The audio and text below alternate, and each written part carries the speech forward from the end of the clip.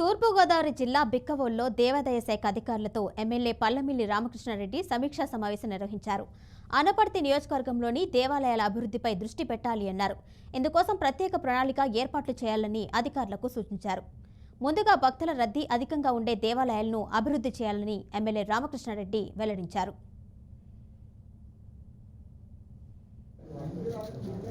అనపర్తి నియోజకవర్గంలో 4 మండలాలకి సంబంధించి ధార్మిక సంస్థలు కానీ దేవాలయాలు కానీ 60 ఉన్నాయి. ఈ 60లో అతిపెద్దది అతి ఎక్కువ ఆదాయం వచ్చేది లక్ష్మీ గణపతి ఆలయం. మొన్నటి వరకు డీసీ టెంపుల్గా ఉన్నది ఇవాళ ఆర్జేసీ టెంపుల్ స్థాయికి మన ఆదాయం వల్ల అది పెరగడం జరిగింది. అదేవిధంగా మిగిలినవి 25 డీసీ టెంపుల్స్గా, మిగిలినవి ఏసీ టెంపుల్స్గా ఉన్నాయి.